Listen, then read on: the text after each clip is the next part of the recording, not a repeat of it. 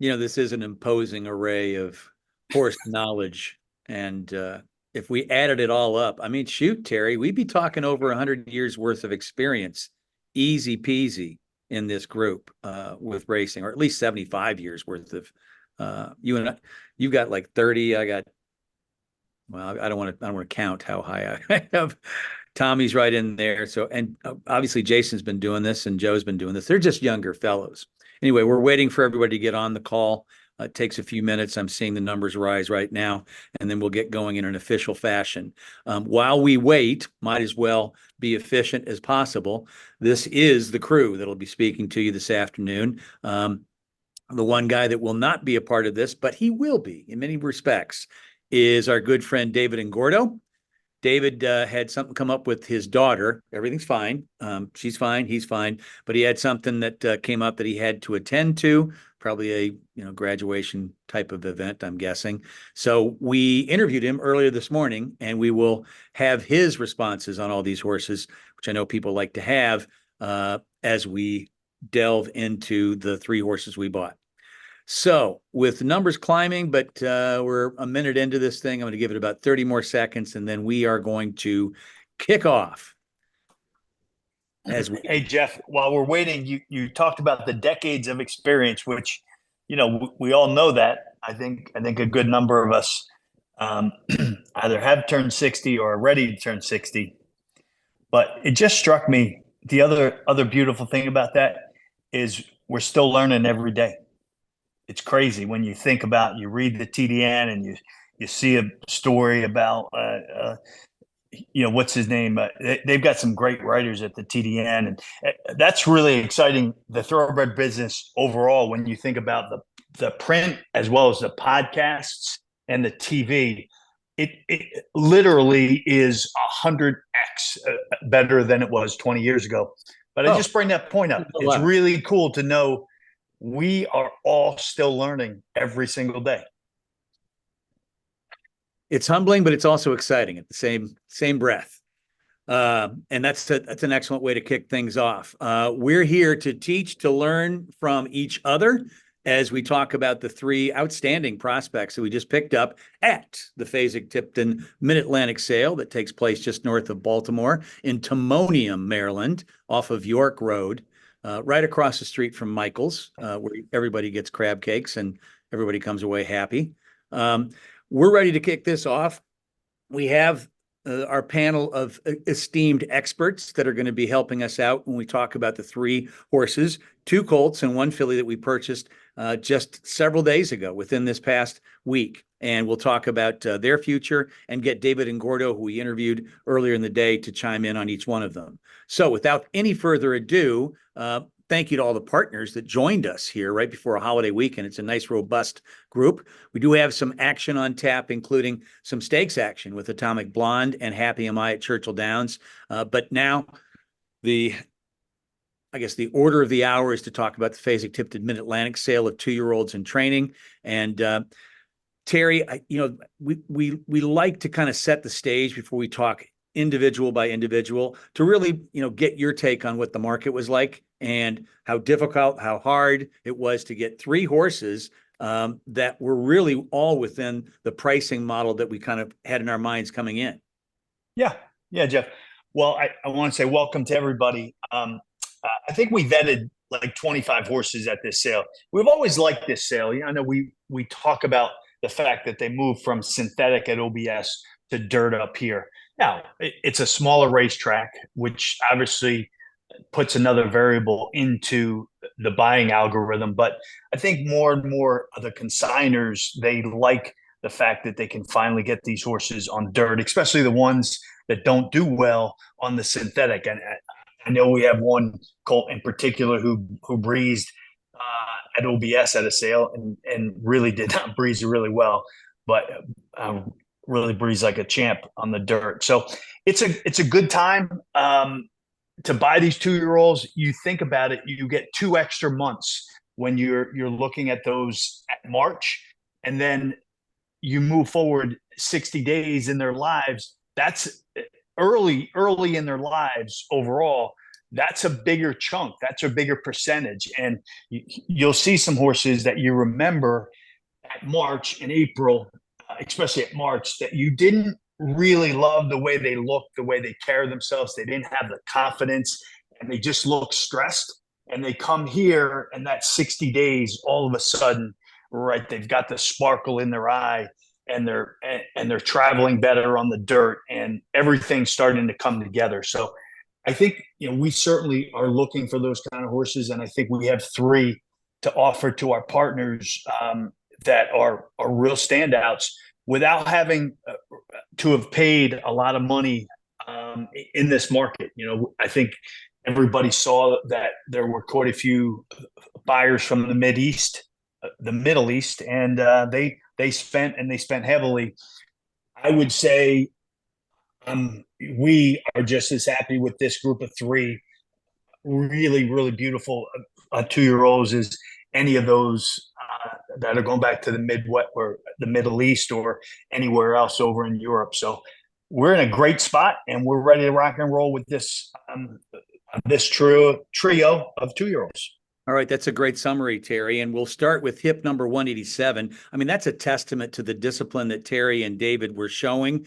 We didn't bid on a horse until hip 187, which was several hours into the sale. This is a colt by Good Magic out of a stakes-winning mare with a really, really compelling family line, mother side of the family that includes not just one but two stallions already in World of Trouble and Buchero. One of the things that I talked to the consignor Steve Venosa about with the Good Magic colt is that they waited, just like Terry was alluding, to this particular sale. Why? Well, this horse is by Good Magic, who's the sire of Muth, sire of Dornoch, and the sire of Society Man, and the sire of Mage from the year prior. So the consignor, Steve Venosa, was hoping there'd be a lot of magic, that's surrounding this particular stallion. And this colt kind of spoke for himself.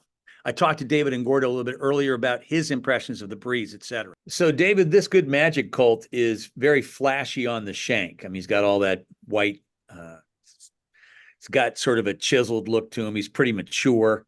What was your take on him in the breeze? Because he did that effortlessly, really.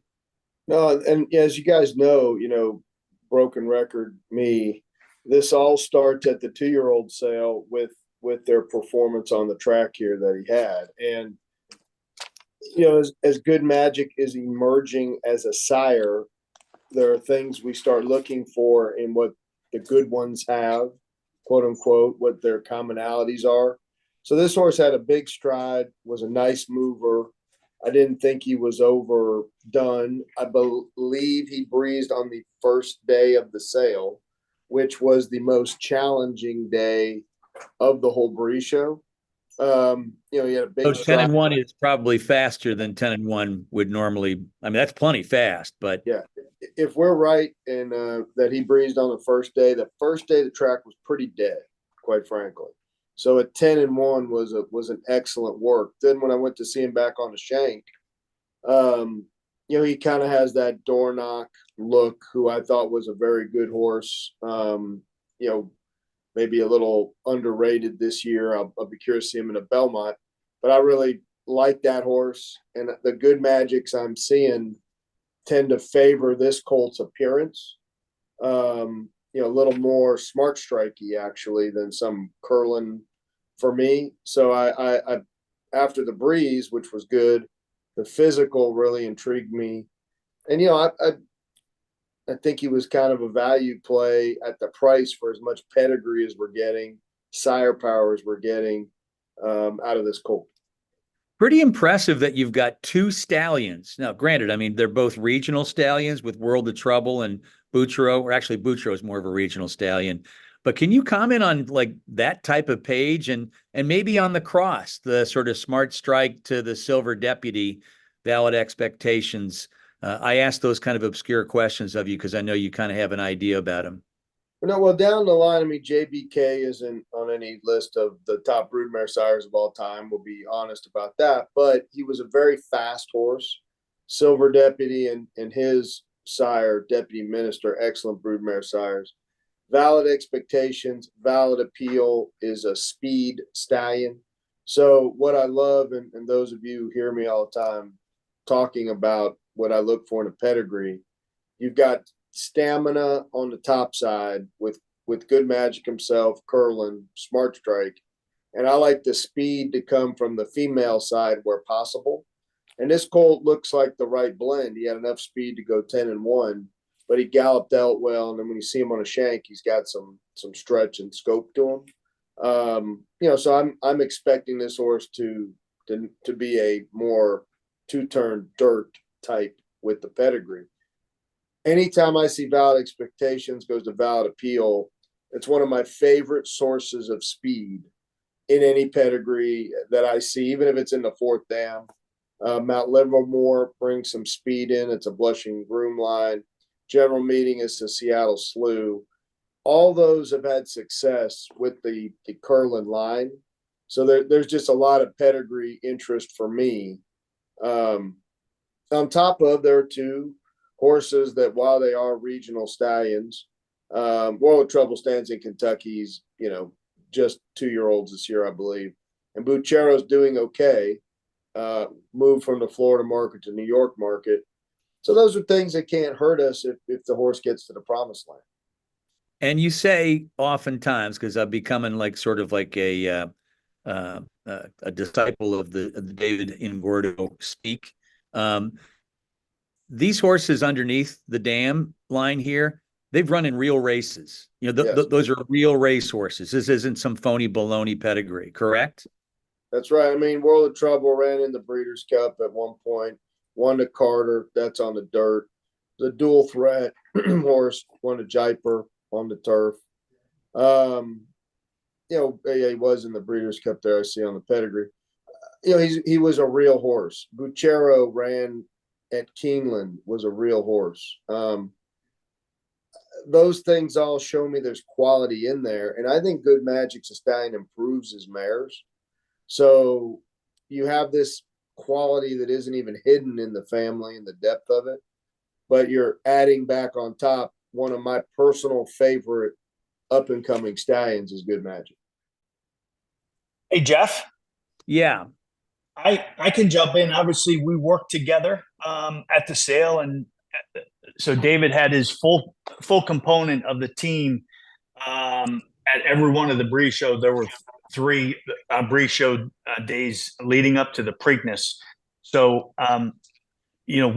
we've obviously been forced to become Good Magic fans. I thought he was we ran against him in the Bluegrass, and so we've been up close and really personal with him. I thought he ran a hell of a race in the Kentucky Derby, and he's turned out like a door knock. Was a full brother to Mays, and that would have been the most amazing thing to have 2 full brothers win the Derby, one right after the other. So here are some of the questions I asked David, Terry, and you can probably chime in on this. So I asked his impressions of the Breeze, and one of the things that David talked about is that the first day of the Breeze, where this colt breeze 10-1 and was just above the sale average for an 1/8 of a mile. The first day the track was dead, absolutely dead, and this colt obviously powered through it with tremendous style, floated over the track. Just wanted to get your impressions on the Breeze, and then I'll ask you the next question I had for David on this horse. Yeah, just a beautiful Breeze. This I think is the kind of horse. I think Steve Venosa, we've been doing business with him for over 25 years. We actually purchased Awesome Gem from him out in California. What was that? That was 20 years ago now. I think it was 20 years ago this year. So and Northern Invader. Of confidence, and Northern Invader. And we just have a lot of confidence in him. He's known around the industry as a consignor that leaves meat on the bone, and you can't say that about every one of them. And the ones that consistently don't leave in any meat on the bone are the ones that we put in the penalty box. But I tell you, Steve Venosa is a consignor and a person that we trust implicitly, and I think it showed that that was a very good decision for him to wait and to bring this horse up on the dirt racetrack while the pedigree just improved on and on. Second and final question for you, Terry. We'll try to keep this efficient, but this was a colt that looked very much like Dad and very much like, as David put it, the good magics. So not like Storky, but just a really good size. I wanted to talk to you about sort of your impressions, and there's Steve Venosa, your impression of this horse's conformation and his walk and his demeanor on the shank. Yeah. Well, we were laughing the other day. We used um, the slogan and the saying, the total package, way too often in our business. But I'll use it because I think it applies here. And I think one of the things with a stallion like a Good Magic is that the breeders in Kentucky, especially, they start to learn what, how to breed to a top class stallion like a Good Magic. So especially in years 3 and 4 and 5, you start to see that they really get it right more and more. And I think this is a prototype of a mating that they've gotten right as they've learned and as everybody's learned what kind of mare to send to Good Magic. I think he's a package that is indicative of exactly that. So from the family of Bouchereau and World of Trouble, two stallions, two relatively young stallions, Joe Bianca, Good Magic seems to be following in Curlin's hoof prints because that's his sire as one of the go-to classic sires. Your take on that? Yeah, I mean, he's obviously bred to be very, very nice and have a good stamina influence for a long time, being by Curlin out of a damned Linda the Good, who was stakes place and a stakes winner going 2 turns. And I'm just so excited to see him kind of break out of Justified's shadow a little bit. Because if you remember, Good Magic was a 2-year-old champion. And then he happened to run into one of 13 Triple Crown winners in our history as a 3-year-old. And he ran second in the Derby. He took it to Justify in the Preakness and was 4th, but only beaten like a length or so. So if Justify wasn't there, you might be looking at a dual champion, potentially a Triple Crown winner. He came back and cruised in the Haskell over the summer. So he just had a ton of quality, a ton of substance to him. And that's what I see in this colt as well, and a lot of the Good Magics that have come across through these last couple of years. It's great to see him establish himself and kind of break out of that shadow because he was so high quality, $1 million yearling. Obviously, when the Breeders' Cup Juvenile as a maiden, he was special, and his horses have been special so far. All right, we'll wrap it up on hip 187, the Good Magic colt from the family of the stallions Bouchereau and from the family of World of Trouble by saying we've sold half of them already. So in these 2 days that we've been on the market, we appreciate everybody. We've already sold half or maybe a little bit more than half of this good-looking colt that's going to go to Roman. We love the fact that Dale is down in Florida over the wintertime and that he'll have the opportunity to run him if he wants to in some of these Florida bred type of races because he is a Florida bred. Next up is hip 216, which is a New York bred daughter of Solomini, another stallion who's a son of Curlin. This one's going to go to Christophe Clement from a young sire, just like Good Magic in that Curlin line, who is a top class 2-year-old. And especially at the price tag, the catalog page is very, very compelling. David, as far as the breeze goes for this filly, she's pretty quick, 10-1. And she does have that sort of, sprinter look because she's not a big leggy, sort of scopy thing.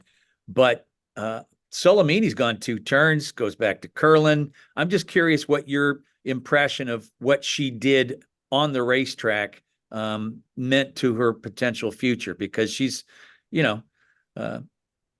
by Solomini, who's been a 2-turn type of stallion in his short career here.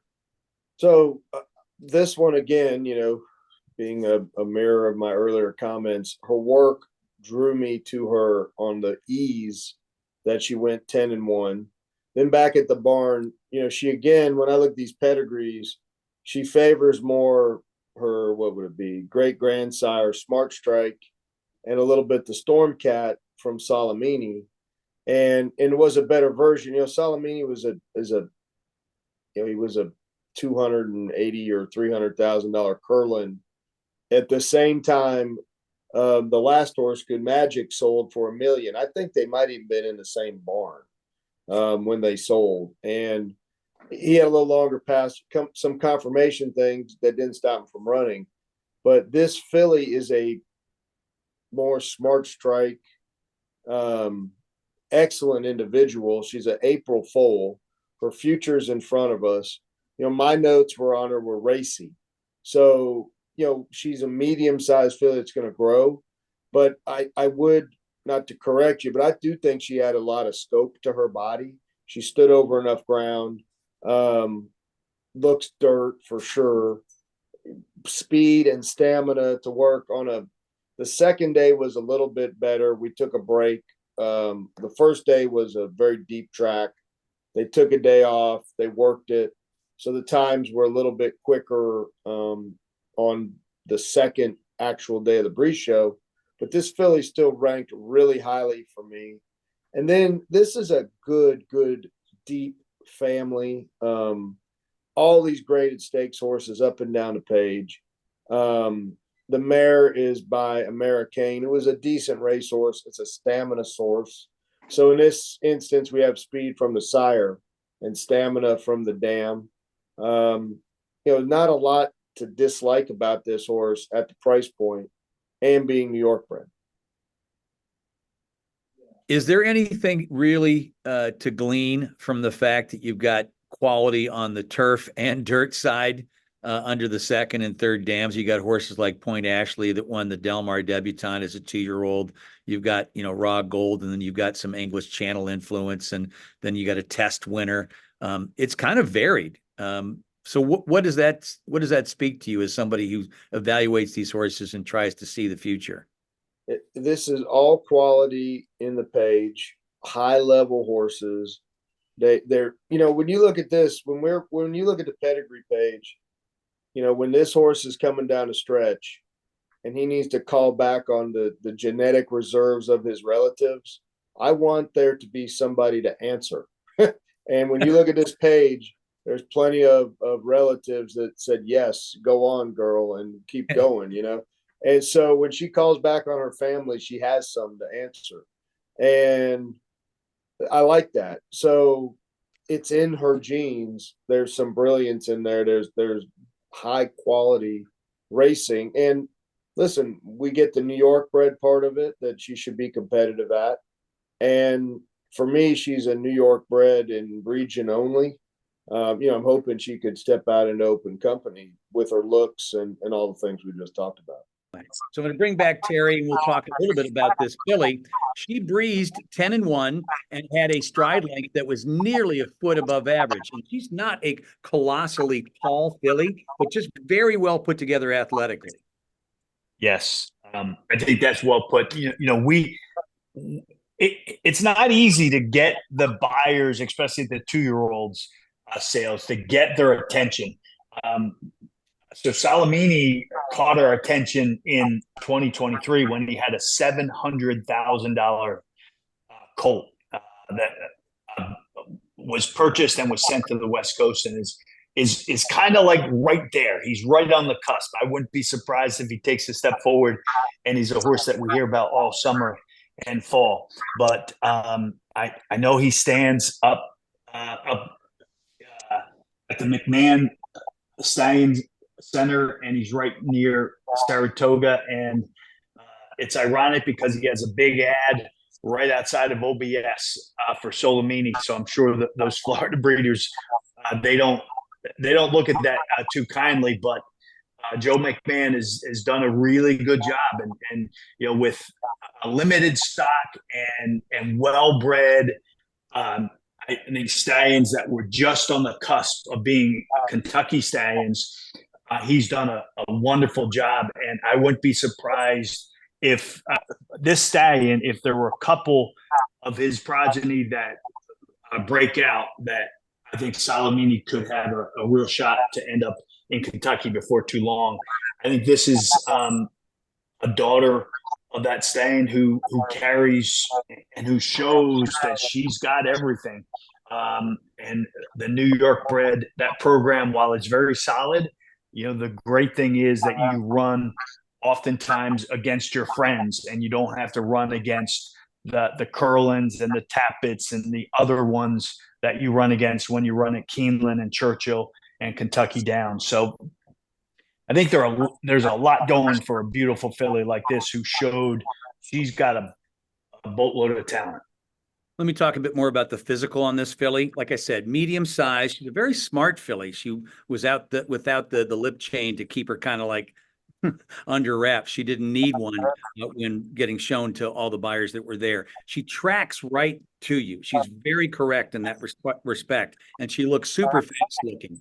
That said, on her mom's side of the family, you've got Paola Queen and Point Ashley, both of whom were grade one winners. One was a grade one winner going 2 turns. So this is, and also both precocious in their own respect. So I think the pedigree page under the second and third dam is extremely compelling. Terry, just to give me a brief overview of our experience with Dave McCathan, because he told me he bought this filly kind of on spec. He liked the stallion, he liked the pedigree page, but he prayed that this filly would grow. And he told me, and you can elaborate, Jeff, I can't buy, the Curlins. I can't bring them to the 2-year-old in training sales. So I have to kind of see where could we go. And I know you know extremely well, having had all that time with David McCathan over the years. Yeah. David, and that whole operation, I hold near and dear to my heart. 31 years ago, at this exact sale, out of the same barns, I bought my first horse at a 2-year-old sale. A filly who ended up winning a good number of stakes. Her name was Big City Bound. So you described the David McCathan program to a T. He doesn't, and he can't go and get the big pedigrees. Now, there are some pinhookers that get more pedigree and they give up something on the physical, right? Because you have to have it's all physical and it's all pedigree, and you got to put those together. So when you go up in one, if you don't want to pay the big dollars that people pay, you've got to give up on one. And so David has actually gone the other way. He's gone and he's looked for solid pedigrees or sneaky good pedigrees, but exceptional physicals. And it has worked to a T. Right. He has punched above his weight for decades. And I trust him implicitly. I wish we would have bought Matoli from David McCathan. But he sold Champions, and it's just amazing the job that he's done. And I think it all goes back to he is as good of a horseman as there is in the country. I really believe that. As good of a horseman and as good of a 2-year-old seller as I've come across the states. And we're talking about great horseman, Tom Bellhouse. This one's going to Christophe Clement's program, who has really become a force with his New York breds. It really has, Jeff. I mean, Christophe has a year-round presence in New York with his New York breds. Obviously, we know he takes a good number of his horses to Payson in the winter. But, you look at this horse, Jeff, and the photo you showed, many of our partners might not know is Timonium is in a very urban area. And for that horse to sit without a lip chain, to be up against that fence where there's traffic going by and trucks, and really shows the mind that a filly like this has. We spoke a few weeks ago with David and Gordo about, people might ask, why don't you buy this horse for $25,000 at the New York yearling sale? And yes, and you'd love to have bought her for 25 and be moving forward with her. But David had brought up, you can't buy all the diamonds in the rough and pray that they blossom, all the ugly ducklings, and they blossom. We'll pay that premium to get the finished product. And I think this is an absolute perfect example of David taking a chance on a pedigree he liked, hoping that the physical would come around, which it clearly has.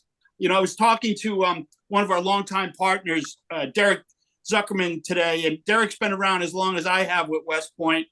And I said to him, I go, Derek, this is a West Point Thoroughbreds 2-year-old purchase. This is a horse that athletically has blossomed and will really be a fun horse for us to have on the New York circuit running, hopefully year round. That's the benefit of being, you know, one of these gray-haired guys that we talked about at the beginning of this conference call, Tommy. We have some of that history and know exactly what you're talking about. That's a neat way to summarize that. We're going to wrap things up with our three here and then open it up to questions with the one that David and Gordo himself could not help but get involved. Hip 271, a son of alternation, out of the family of a champion 2-year-old named J-Wolf. She won the Breeders' Cup Juvenile Filly, as well as Mission Impassable and Forest Camp. Incredibly deep female family. And David, he stalked this colt. He absolutely wanted this horse in our barn, would not let it go, would not let us forget that this is the one he thought was the best in the sale. And he took a nice big chunk of it himself. He bought into it, and he's going to send it to his wife, Cherie DeVoe. She's going to train. She is white hot. She's winning at an incredible clip and winning, I think, 3 or 4 stakes races at least on Black-Eyed Susan Day and another race on Preakness Day. So she's doing extremely well. And this particular colt was a standout. David, I would never say this about you, except in this instance. You were a little bit obsessed with this colt, with this alternation colt. I mean, you just would not get him out of your head or our heads for a couple of days, which I'd have to think that the breeze, because that's where it starts for you, was that kind of compelling. Am I right here? Yes. So, you know, again, third time today, I always start with the breeze, and I love the breeze. I love the reach on the horse. The stride was nice. It was a steady breeze all the way around. He never really slowed down. Excuse me. He galloped out well and like kept going. So he showed interest and enthusiasm all the way through. Then I got to go see him at the barn, and I personally think he's one of the best conformed horses in the whole sale, with good feet, good bones, clean limbed horse. Then he had just a presence about him. I'm kind of sucker for those dark bays with black legs. As a kid, we called them Belmont bays because all the Phipps horses that won at Belmont Park looked like this guy. And then, you know, I started looking at the pedigree. So this, you know, for me is this is something that I have had great success with. You know, alternation got some runners. You'll notice he's got mostly dirt horses. He does have an Oaks winner. He has a Super Derby winner. They're 2-turn types. We had some luck with a half brother to alternation himself in Higher Power. He won what did he win? The Pacific Classic for John Sadler.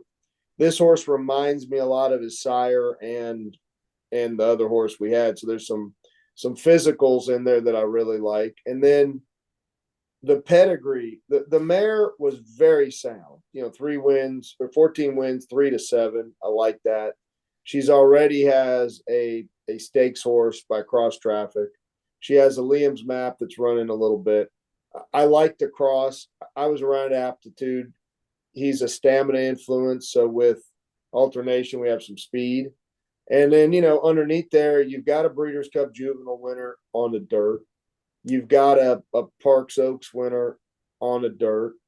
You know, a Bluegrass winner on the dirt.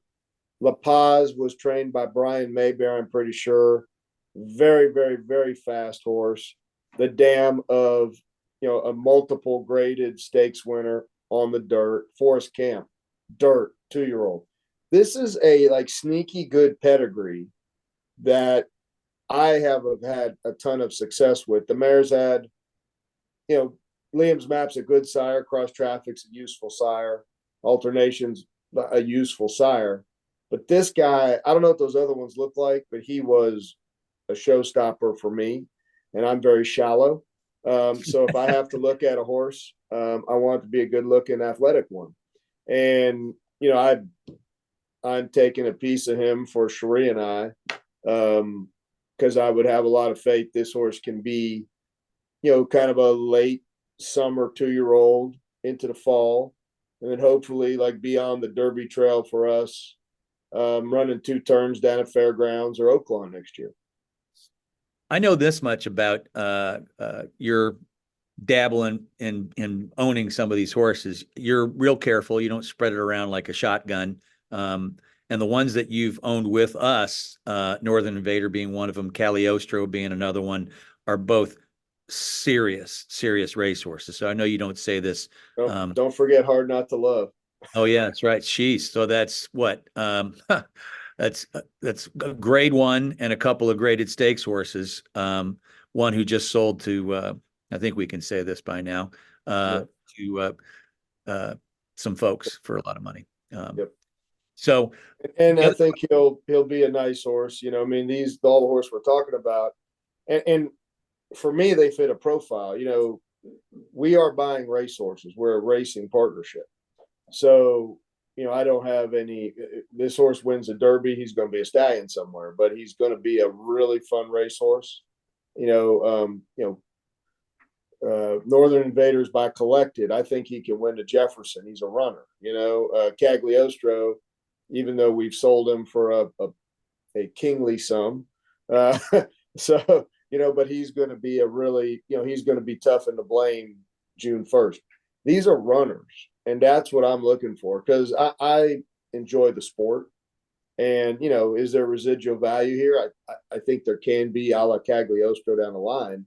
But for now, for me looking today, I want runners. And this guy looks like an athlete, and he acts like an athlete. He has the athlete attitude. So, this was the one I had a little extra money.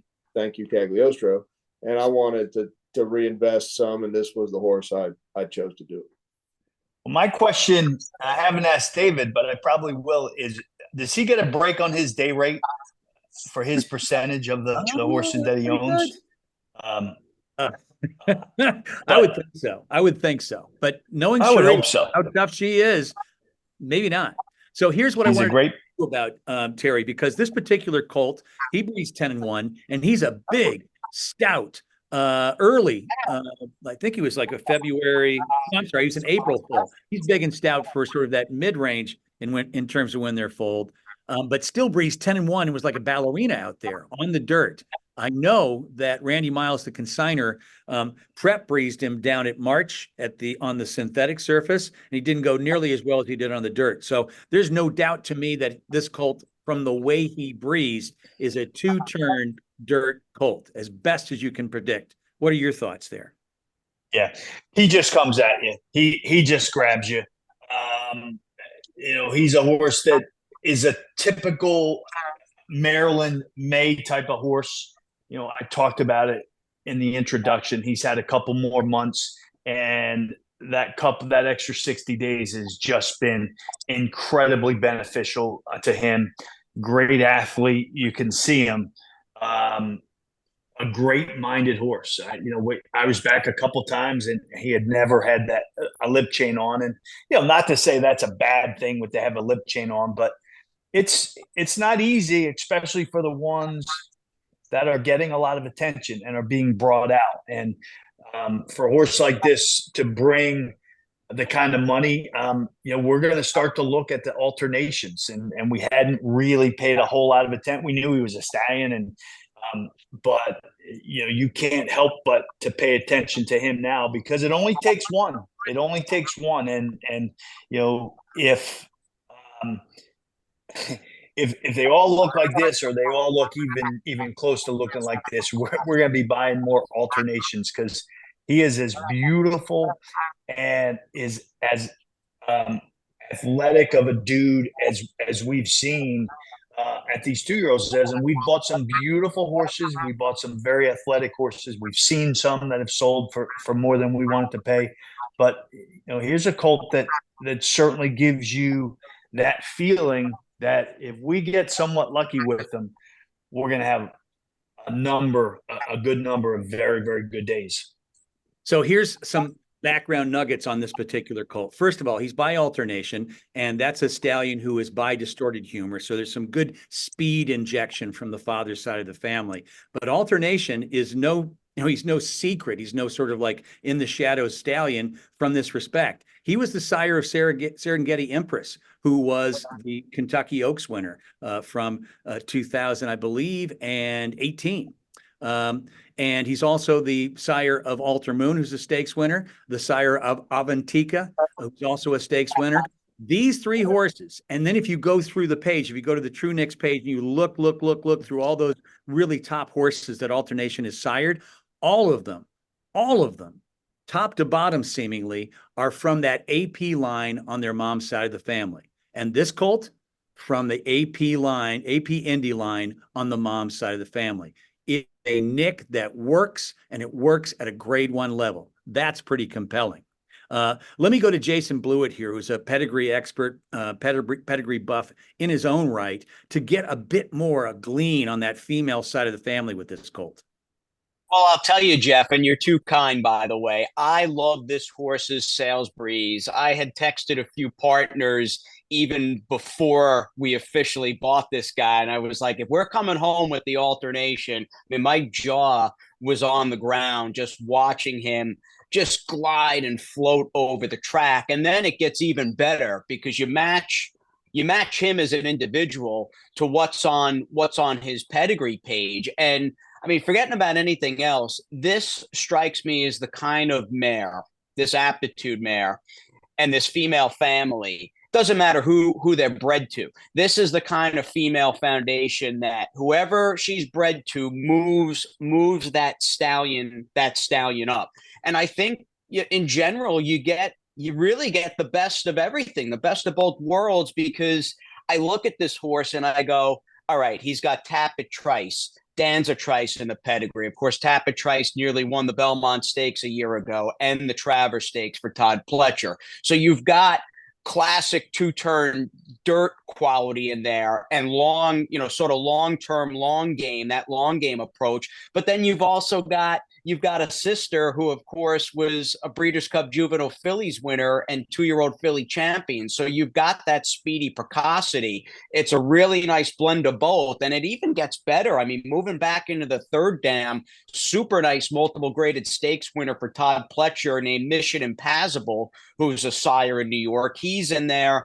A Forest Camp, who's been a quality stallion throughout his career. So you've got some big names. And I think it's a very versatile family just in terms of early and later on.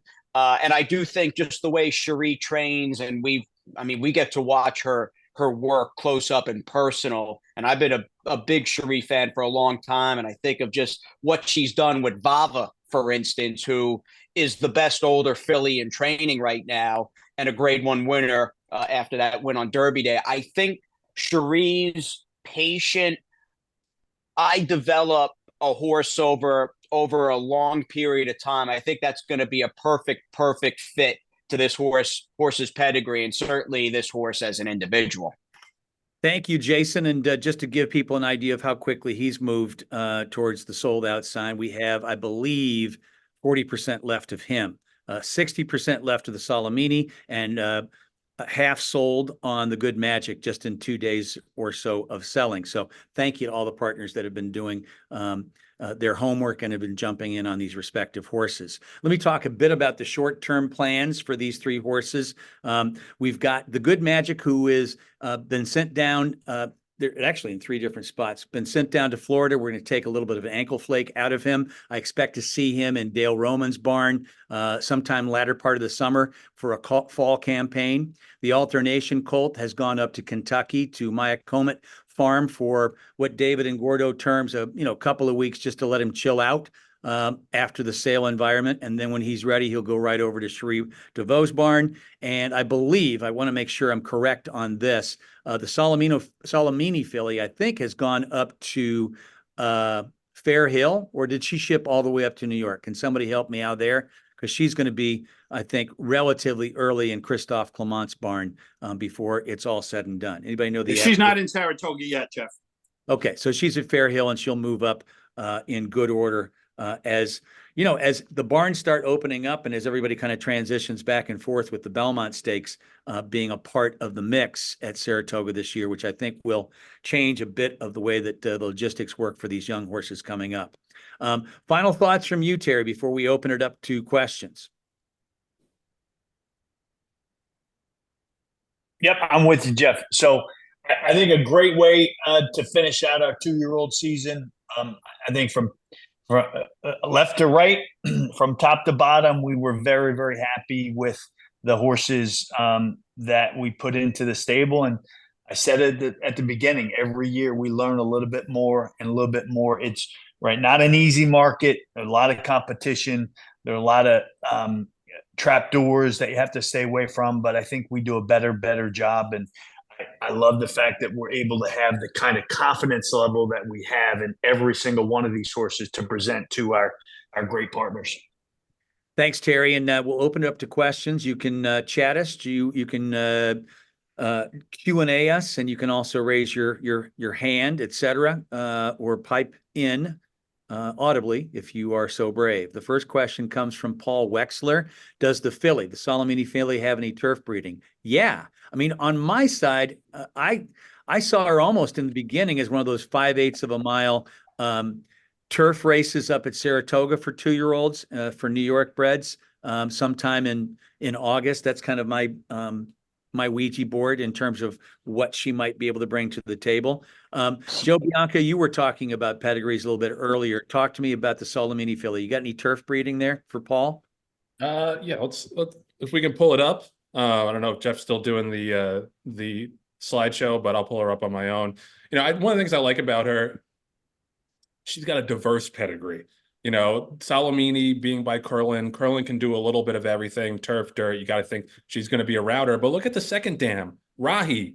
Rahi's one of the great turf influences in the recent history of horse racing. She was an early 2-year-old. She won a grade 2, the Land of Luce Stakes. They don't run that anymore, but that used to be the first graded stakes in California. And she won the Santa Ynez, but she's by Rahi. So Rahi's a major influence. Her son, English Channel, was a stakes winner, graded stakes place overseas. So there definitely is some turf pedigree. How about Point Ashley under the third dam? Another early type, another early grade one placed horse as a 2-year-old and a 3-year-old. She won the Del Mar debutante, which is obviously the marquee race for 2-year-old fillies at Del Mar in the summer. So yeah, I mean, there's a lot of precocity and then a lot of speed and a little bit of turf as well. So yeah, I think the Rahi influence suggests that this filly can handle both surfaces. Yeah, there's top quality on both sides, turf and dirt. So Paul, you may be thanking yourself if you get involved with this filly because she can be good on both surfaces. Any other questions? You can chat them, you can Q&A, or you can raise your hand if you have a question for the panel. Eric wants to know, Terry, are there any other sales that we will be attending this year? And I think the quick and dirty answer, not to put words in your mouth, is yeah, there are other sales, but we're probably going to be just kind of sending David to them and seeing if anything works on a spot basis. Would that be fair? Yeah, that'd be very fair, Jeff. There are two.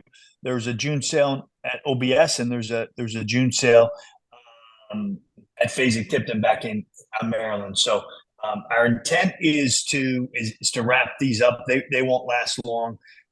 It's been really, really good, the activity. And the thinking is then we really get ready for Saratoga and Del Mar and the yearling sale. So that's in my mind right now. But exactly what you said, David and his team go to every single sale, especially that June OBS sale. If there's something that we need to have that's a lot of value, we're not going to be afraid to take a swing. But that is unlikely at this point. We've got a great class of 2024 that are being brought to the races or will come to the races. So very good.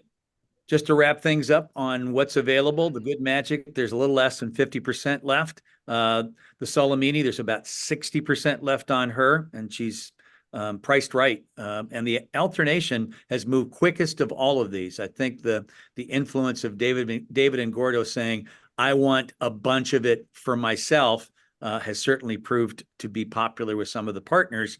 So there's, I think, 40% or less remaining on the alternation colt.